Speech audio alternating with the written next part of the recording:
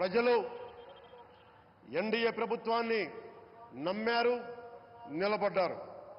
అలా నిలబడినందుకే ఈ రోజున మన గౌరవ ప్రధానమంత్రి గారి సారథ్యంలో ఈ ప్రారంభోత్సవాలు కానీ, శంకుస్థాపనలు కానీ, అది దక్షిణ కోస్తా రైల్వే జోన్ కావచ్చు, కృష్ణపట్నం ఇండస్ట్రియల్ పార్క్ కానీ, గ్రీన్ హైడ్రోజన్ హబ్ కానీ, అనకాపల్లి బల్క్ డ్రగ్ పార్క్ కావచ్చు, 6 కొత్త రైల్వే ప్రాజెక్టులు కావచ్చు, వీటన్నిటిని వచ్చే పెట్టుబడి దాదాపు 2,10,000 కోట్ల రూపాయల పెట్టుబడులు, 7.5 లక్షల మందికి ఉపాధి అవకాశాలు. అవినీతితో కూరుకుపోయి ఉపాధి అవకాశాలు లేక, ఉద్యోగ అవకాశాలు లేక విలవిల్లాడుతున్న సమయంలో మీరు నిలబడ్డారు. అందుకే ఈ రోజున ఈ 2 లక్షల పైచిలుకు పెట్టుబడితో 7.5 లక్షల ఉపాధి అవకాశాలు లభించి మనందరికీ ఇచ్చినందుకు మనస్ఫూర్తిగా ప్రధానమంత్రి శ్రీ నరేంద్ర మోదీ గారికి చేతులెత్తి నమస్కరిస్తున్నాం. ఇవి కాకుండా కొత్త హైవేల నిర్మాణం, విస్తరణ, అలాగే అమరావతి రాజధానికి పెట్టుబడులు, పోలవరంకి నిధులు, 15th ఫైనాన్స్ కమిషన్ నిధులు కానీ, జల్ జీవన్ మిషన్ కోసం ప్రతి ఇంటికి నీరు, రక్షిత మంచినీరు రావాలి, ఆయన ఆకాంక్ష, ఆయన ఆశయం.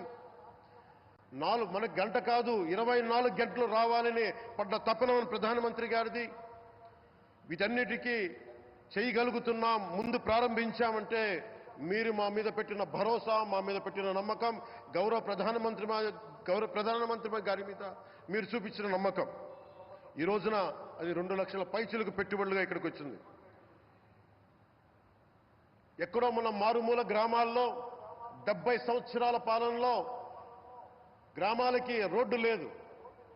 ప్రధానమంత్రి సడక్ యోజన కింద ఈ రోజున మనం మారుమూల గిరిజన గ్రామాల్లో కూడా రోడ్లు వేయగలుగుతున్నామంటే దానికి ముందుండి మాకు వెన్నుతట్టి మాకు నిధులు సమకూరుస్తుంది నరేంద్ర మోదీ గారు. భారతం అభివృద్ధి పదంలో ఎందుకు చేశారు ఇవన్నీ అంటే, భారతదేశం అన్ని రాజ్యాలు, అన్ని రాష్ట్రాలు ఏ ఒక్కరు కూడా అభివృద్ధిలో వెనకపడకూడదు. అది మనకి తెలంగాణ కావచ్చు, ఆంధ్రప్రదేశ్ కావచ్చు, ఆంధ్రప్రదేశ్లోని ఉత్తరాంధ్ర, రాయలసీమ, మనకి కోస్తాంధ్ర కావచ్చు, ఎక్కడా కూడా ఏ ప్రాంతం కూడా వెనుకపడకూడదు. అభివృద్ధిలో అందరికీ సమాన వాటా ఉండాలని చెప్పే ఈరోజు ఇన్ని పెట్టుబడులు.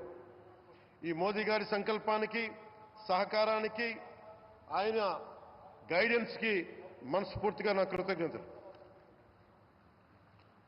5 ఏళ్ల అవినీతి, అరాచక పాలనలో ఆంధ్రప్రదేశ్ అంధకారంలో కూరుకుపోయినప్పుడు ఆ రోజున మన ముందుకొచ్చి మేము ఎన్డీఏ కూటమితో మనం నిలబెడదాం, ఆంధ్రప్రదేశ్ ప్రజల ఆకాంక్షలు నిలబెడదాం, అభివృద్ధి పదంలో నడిపిద్దామని చెప్పి ఆ రోజు ఆశాజ్యోతిలో నిలబడ్డారు. అసలు అభివృద్ధికి ఆస్కారమే లేదు ఆంధ్రాకి అనే స్థితి నుంచి అభివృద్ధి అంటే ఆంధ్రానే అని చెప్పుకునేలా గౌరవ ముఖ్యమంత్రి గారి నాయకత్వం, చంద్రబాబు గారి నాయకత్వంలో, ప్రధానమంత్రి గారి నిర్దేశకత్వంలో, వారి సూచనలతో, సహకారంతో కేబినెట్ కానీ, మంత్రివర్గ సహచరులు కానీ, ఎన్డీఏ కూటమి ఎమ్మెల్యేలు కానీ, మేమందరం కార్యకర్తలు అందరం కష్టపడతాం. అహిర్నిశలు రేయం భవళ్ళు కష్టపడతాం. దేశ ప్రగతిలో భాగస్వామ్యులవుతాం. మేము ప్రధానమంత్రి గారికి అండగా ఉంటామని తెలియజేసుకుంటూ, ఆంధ్రప్రదేశ్లో ఉన్న ఆంధ్రాకి వెలుగుతో నింపుతున్న మీ నిండు హృదయానికి నా హృదయపూర్వక కృతజ్ఞతలు తెలియజేసుకుంటున్నాను. మరోమారు మీ అందరికీ ధన్యవాదాలు తెలుపుకుంటూ, నమ్మకం పెట్టారు. మీరు పెట్టిన నమ్మకానికి ఈ రోజున 2 లక్షల పైచిలకు పెట్టుబడులు తీసుకొచ్చారు.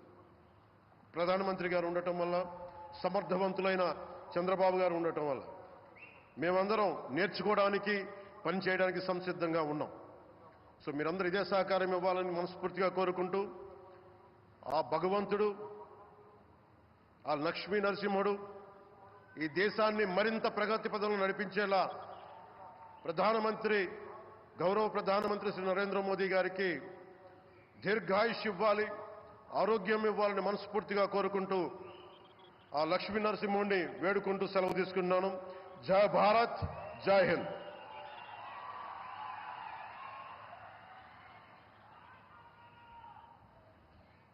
Thank you, sir. Thank you very much.